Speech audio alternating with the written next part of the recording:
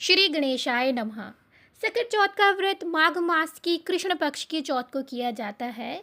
सकट चौथ व्रत में इसमें भगवान श्री गणेश जी की पूजा और चौथ माता को तिल कुट्टे का भोग लगाया जाता है।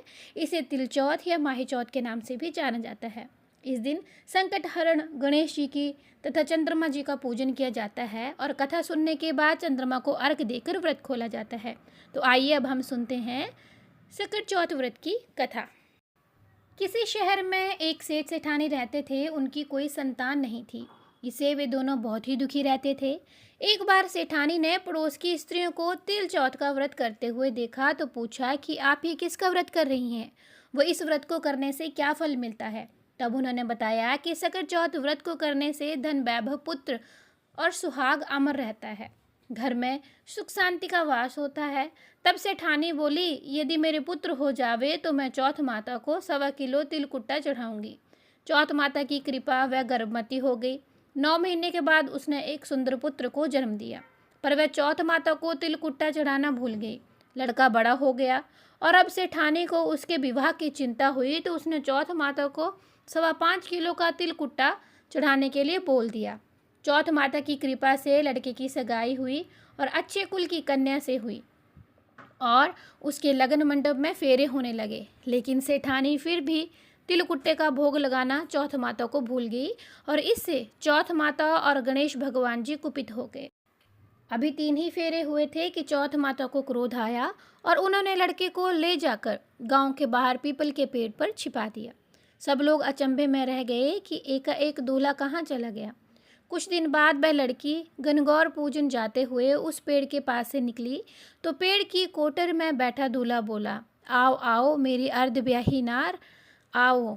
तो वह भागी हुई अपने घर गई और अपनी माता से यह सब घटना सुनाई। यह समाचार सुनते ही सभी परिवारजन वहां पहुंचे और देखा कि यह तो वही जमाई है जिसने हमारी बिटिया से आधे फेरे लिए थे, उसी स्वरूप में पीपल पर बैठे हैं।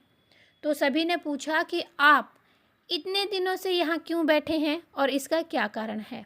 जमाई राजा बोले, तो चौथ माता के लिए गिरवी बैठा हूँ। मेरी माता से जाकर कहो कि मेरे जन्म से लेकर अभी तक के बोले हुए सारे तिल कुट्टे का भोग लगाकर चौथ माता से प्रार्थना करो, क्षमा याचना करो, जिससे मुझे छुटकारा मिलेगा। तब लड़के की सास ने अपने समधन को जाकर सारा हाल सुनाया। तब दोनों समधनों ने 1.25 मन तिल कुट्टा गणेश जी को और चौथ माता जी को चढ़ाया। उनका विधि विधान से पूजन किया और क्षमा याचना की।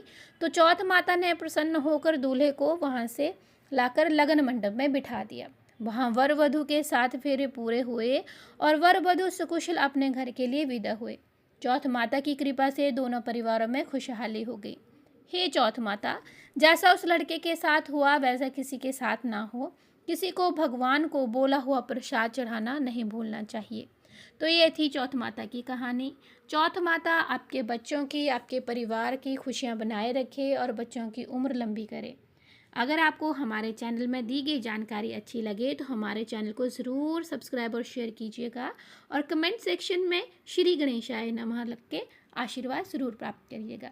हम मिलते हैं एक नई वीडियो के साथ। तब तक के लिए हरे कृष्णा, श्री गणेशाय नमः।